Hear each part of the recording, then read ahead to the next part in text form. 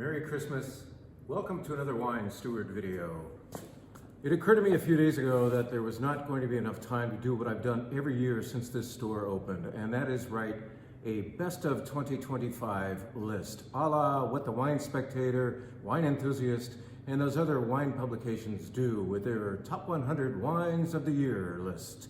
We emulate, and we believe our list is a little more meaningful because you can, in fact, obtain locally the wines we're talking about. And in fact, these beautiful wines are available, ironically, at the Wine Steward. Well, why don't we do a video list? How about that? Let's just take a walk around the store and identify some wines that I'm very, very proud to be carrying, having tasted them on your behalf and chosen them. Out of the many hundreds we try, we buy perhaps 5%.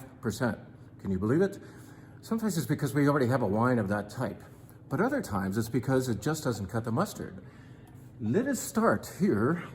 Let's go down here to our foreign wine wall and identify the fact that we have just restocked the Northern Rhone. This has been a very, very different year for us, and that's one reason why I haven't had time to do the list for you. We've just had to scramble to get you in other ways, put on great events. Business is down for the wine industry. I'm sure you've heard it. Business is tough for small business owners. I'm sure you've heard it. Everything is costing more. Insurance, rent, things like that. I'm not crying. I am thanking you for keeping us in the game. But I am saying that we've had to be innovative and move past some of the traditions. We'll get back to them, such as writing that list. So why doesn't Jim just shut the hell up and start talking about what I believe to be some of the greatest wines in the Wine Steward as of 2025, and in the meantime tell you just really what we think we're pretty damn good at. We are good at the Rhone, Southern Rhone and Northern Rhone. We did a Rhone event earlier this year that was back in August, but that doesn't mean you're tired of these wines. In fact, we came down and found out the proof that you're not tired of these wines. We were virtually wiped out on Northern Rhone, so we have restocked. Here is a great wine for you guys. A Saint-Joseph, that's the location in the Northern Rhone, made by Pierre-Jean Villa, one of the greatest makers thereof. It is back on the shelf. Pierre-Jean Villa, Saint-Joseph. This is 100% Syrah. It's very pretty. It's elegant Syrah. This is not Passarelli style. It's beautiful food Syrah. If you want to spend a little bit less, why don't you buy a wine from his kids? Let's see if we can find Hubert and what's her name? Come on, where is it? There it is, Hubert and Pauline. So yeah, Pierre-Jean Villa's kids are now in the game with their own label. How cool, brother and sister making this wine. 100% Northern Rhone Syrah, costing less than that Saint-Joseph because it's not as site-specific. Actually, this is Crozes Hermitage. So it is less than the Saint-Joseph because in the pecking order, in the reckoning of what the greatest appellations of the Northern Rhone are, Crozes Hermitage would be thought to be very good, but not quite up to the Saint-Joseph expectations. So this, once again, 100% Syrah from the son and daughter of Pierre-Jean Villa. Let's tell you about another while we're still here from that same producer, if I can track it down. I have no idea how well this selfie stick is working. You know, our videos are heartfelt, but they're not professionally shot. Here we go. Can you tell? Same label. This is in fact also made by Hubert, and is it, hell, I think it's Hubert and Pauline. Anyway, the son and daughter, once again, of Pierre-Jean Villa, 100% Viognier. Viognier can be an overachiever in California. A lot of people have moved on from it. Get into the Viogniers from the Northern Rhone. They're much more elegant. They're much more pristine, including this beauty right here. A very lovely Viognier from the Northern Rhone. Let's tell you about one Southern Rhone that I am really hot for right now. We've just gotten into a wine producer called Xavier Vignon. Here's his label. Yes, it's the name of a dude who has come to the Southern Rhone only recently to do great things. And we now have Châteauneuf-du-Pape and Lirac and a beautiful white Côtes-du-Rhône Blanc from him. But this is my favorite of them all. This is a 2021, which is a little unlikely that it would be my favorite because it's felt that 2019 and 2022 are the better recent years. But this 21, Baume de Venise Rouge, I think I've talked about it before. We've poured it for you before at our walk around tasting. You need to get into this wine. This wine has substance. This is meaningful wine for the low 30s. And I believe with your wine club membership, you will dip below 30 for a great Southern Rhone Grenache-based red that rivals any Gigondas you ever had. Yes, Gigondas is right around the corner from here, so very close neighbors. And Bon de Venise just is not talked about as often, but very, very good wine. Let's move down the line, shall we? I don't know if we have it out here yet. We don't, but we've just brought in a Bruy, which is a Beaujolais Cru. That is beautiful wine. Look for it. I'll put a little shelf talker. You know what a shelf talker is? Here's a shelf talker right here. Okay, so you find these hanging in my handwriting under some of these wines that I'm especially endorsing. And I'll write a new one for that wine so you can identify the Bruy, Brouilly, Cru Beaujolais that we just brought in that you must try. It's under $30. It acts like great Burgundy that would be up maybe at the $40 level. All right, let's go to Spain, shall we? We're just going to walk our way down this foreign wine wall and show you what else we're good at. I want to find a particular Rioja that we kind of forgot to pour for you at our big walk around tasting. Where is it? There it is. Okay, this is a wine we've carried before, but this is the new vintage of it and perhaps the best one we've ever carried. This is Marqués de Murrieta Rioja. And you know what? They used to call this Reserva. It's still a Reserva as far as seeing the required oak regimen and time in wood. However, they just want to get away from the whole Reserva, Crianza, Gran Reserva thing, the pecking order that's traditional in Rioja, and make a bigger deal about the fact that their vineyards are great. So they want to tout their location on this label. This is almost all Tempranillo. I think it gets a little bit of help from Garnacha and Graciano. It's elegant, suave, Marqués de Murrieta, affordable Rioja. Rioja has a great bang for the buck qualities, we believe, and that's why we have not one, but several on the shelf down here to make you happy at different price points. That's a great one. We should call it one of the best wines of 2025. Why don't we find something Italian? I'm just gonna identify something that sticks out to me all of a sudden. And where should we go? We could go to Piemonte, Italy for Barolo. We could go to Tuscany. Let's go to Tuscany because I was just there. Nope, let's go south of Tuscany. A wine I've talked about before. I only see a couple bottles on the shelf right now, but this is a place we got to visit in Umbria. Umbria, the main city you may know there is Orvieto, and Assisi is also there. This place is closer to Assisi, and it is made entirely of Sagrantino. The producer is Scaccia Diavoli, which means exorcism or chase out the demon. A wine like Sagrantino, one of the most tannic in the world, can certainly chase the devil out of your your innards. And the thing is, they are learning to tame it. Those tannins are down to, I won't say a minimum. You still know this is Sagrantino when you have this husky red wine, but if you're having it with food, it's especially tamed. This is small production, successful Sagrantino from the producer Scaccia Diavoli.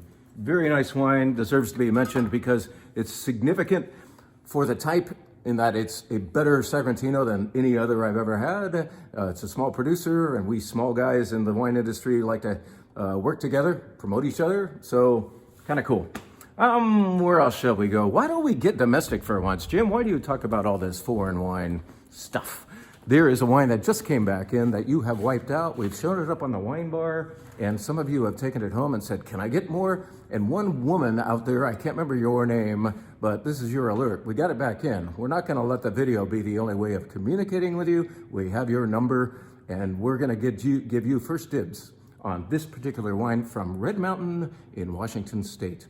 Red Mountain makes some of the greatest wines of Washington State. That place is very special, it's small, and what you typically see from here are Cabernet Sauvignons and the like. Well, this is a less often seen Cabernet Franc. What I really admire about this Voix de la Vigne is that it represents Red Mountain extremely well. You can taste the place, and it represents Cabernet Franc very, very well. You get that fragrance. It's more robust than a Cabernet Franc, say, from the Loire Valley, because it's grown on Red Mountain, but you can still get Cabernet Franciness, if that's a word, from Voix de la Vigne from Red Mountain. Beautiful label, too. Wouldn't this look nice on your holiday table? Where shall we go now? Oh my God, you should have some Mount Eden Chardonnay. This is one of the greatest Chardonnays made in California. A lot of people have given up on Chardonnay, or we've gotten you over to Burgundy, white Burgundy is Chardonnay, typically. And once you've gotten over there, you don't come back to California for something as great as this. I'm sure this got a rocking score. It usually gets something like 95, 98 points from all those guys and gals, I should say.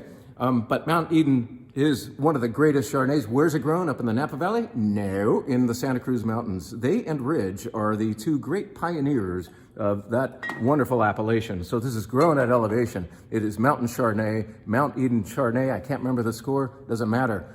You who know great Chardonnay will recognize that name and come in for this wine. I would now like to take you over here to the area where we often have California Rhone varieties. And I see that the wine I wanted to talk about isn't back on the shelf yet because most of it is being saved for you wine club members. This is a wine where we get to finally say something great about the Livermore Valley in one of our videos. And we do that, you know, about other producers as well.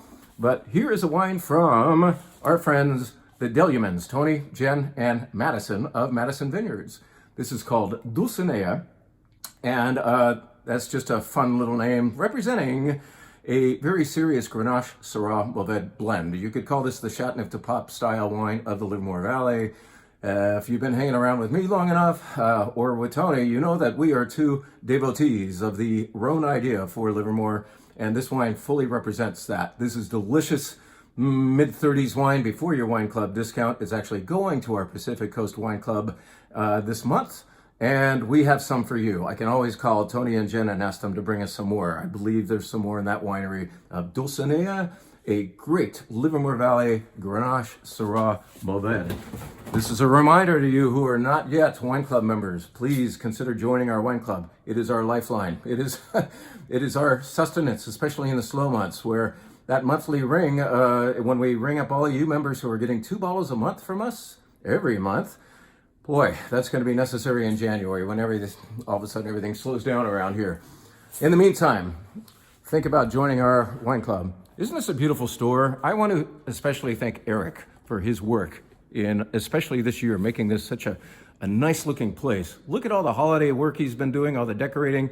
Let's also thank Lydia, one of our nice customers who, if you can see them, provided the stockings that are hung with care up there on the railing. And they have each of our names on it. Yep, there's a Jim stocking up there if you'd like to dump anything in there. A few $100, feel free. Let's head over to the spirit section and tout something here. Let's just tout the fact that we sell spirits. More and more of you are looking for that kind of thing at this time of the year. Look at this selection. We have tequila and rum and gin and whiskey and scotch and if you just keep scrolling or panning over to here, you'll see that we have a lot of the necessary additives for making particular cocktails. And I think you should speak to Eric in particular about the drink you have in mind, because he's the better, he's got better advice. He just knows more about mixology than I do. And I chose these, Eric chose these because they were darn good, but Eric's gonna be your guide, your most informed guide on making that particular cocktail and telling you whether you need, let's see, creme de violette. I think this is very important for one particular drink, and if that's your drink, you need it, and so on. But let me tell you about one bourbon that we have now. This is from Petaluma, California, of all things. This is called Grifo. It is darn good whiskey, and it was finished in stout barrels. Yes, the beer barrels were repurposed for the little addition of character for this particular Petaluma-based bourbon whiskey. Great stuff, really nice stuff. Grifo, if you want to do something local, do this. You cannot go wrong. But man, just look at all this stuff. Tequila, and let's have some fun over here, shall we? And why don't we finish up, or nearly finish up, yes, this will end at some point, in the sparkling wine area. And let me identify something that I'm very, very happy to have. Well, there's only 3 more bottles of this. This was the bestseller at our sparkling wine event that we just did, where we did non-champagnes and champagnes next to each other. Philippe Onat was the winner, and this is all we get. So if you get in here soon enough, you can get in on Philippe Onat. How about this? This is a rosé that so many of you worship. I'm just telling you, we don't carry Billecart or Billecart Salmon all year long, but it's now in the store. It's elegant, beautiful, Not inexpensive, but it's the holidays, right? This is a great rosé to be looking for at the Wine Steward. I want to point out what we're really exclusive with this year. We have these wines from Whiston. Can I get them in front of you here? Look at all these beautiful labels from Whiston. Are they from Champagne? No, they're actually from England. I'll just hold up a bottle for you. This is their beautiful rosé right here, Whiston Rosé. This is from West Sussex in southern England. We're about 2 hours drive south of London and only 6 miles from the English Channel. And so you've got the beautiful weather for growing sparkling wine grapes. And most importantly, you have the chalk. The same chalk that Champagne has exists here in West Sussex, where Whiston does their work. The cool thing about Whiston is we have not one, not two, but I think 5 different wines from them. We have Vintage 18, 2018 was a great year. 2018 Blanc de Noir, Blanc de Blanc, and their regular non-vintage Blanc de Blanc, and their non-vintage Brut, and their beautiful Brut Rosé, all from Whiston, all from England. Check those out. I want to go back here to the Northern Rhone one more time, but I think Eric hasn't put out the bottle. This is another one to ask for. I will hang a thing under it, a shelf tucker we call those, because we only got to buy 6 bottles of a Cornas. Have you ever heard of Cornas? Cornas is one of the most important, 3 most important sub-appellations of the Northern Rhone. I know we talked about the Northern Rhone a few minutes ago, maybe that was 2 hours ago, but look for the 5 bottles. I already know somebody who's going to get one of those bottles, so now we're down to 5. But this Cornas is a beauty. It's from Chateau de Vendôme, V-E-N-D-O-M-E. You can look for it that way, or look for that shelf tucker. I will write about it. But our importer, Gregoire, was only able to buy 2 or 3 cases. Yeah, I mean, that's all that came to California, and we were entitled to 6 bottles of that. Cornas, Hermitage, and Côte-Rôtie are the 3 great Syrah places of the Northern Rhone, above, in most people's reckoning, Saint-Joseph and Crozes-Hermitage and the like. And this particular Cornas is fairly priced for an expensive wine. And it's also not a heavy-duty wine. It's elegant, it's fragrant. You want to put it in a Pinot Noir glass and smell it and smell it and smell it. It's like incense. It's got beautiful savories. It's beautiful Northern Rhone Syrah. You know, that's the birthplace of Syrah, so it had better be good, right? We're going to pay one more visit in the store to a section that we rarely visit, but this time of the year it is visited more. This is the Rare and Collectible Room, and let's just show you one. Let's pan a little and just show you the fact that we've got beauties that have great ratings. Thank you so much to Alcina for doing some research and finding the ratings on these wines. We tasted these wines. We didn't need the ratings, but it's kind of fun when something we really liked that we're buying up for got a 98 or 100-point score. Let's identify just one wine you may want to buy up for as a gift for somebody or for your holiday feast. This is a 2020 Pichon Lalonde de Longueville. It is actually a Chateau Pichon Baron. The names are similar, but Chateau Pichon Baron, 100-pointer from that guy or that gal, I can't remember who, but most importantly, we got to taste this wine. We actually showed it at our recent Bordeaux event, and I can vouch for its quality. Yes, it does take you a little north of $200 a bottle, unless your wine club discount gets it maybe under that amount. And it's here. I'm looking at 5 bottles of that beauty. So get in here if you want a special Bordeaux. It's here. 100 points if the points are necessary. I just want to thank you guys for keeping us in business for yet another year. As I alluded, or didn't even allude, I said earlier, this has been a really tough year for the wine business in general, for small business in general. And we love you. We thank you. We appreciate everything you're doing. Thank you so much for coming to the Wine Steward, and I hope to see you up there at the wine bar soon, if I can find the sign. I'm terrible at this. Anyway, there it is. You remember where that is, right? Thank you again. Merry Christmas and a Happy New Year.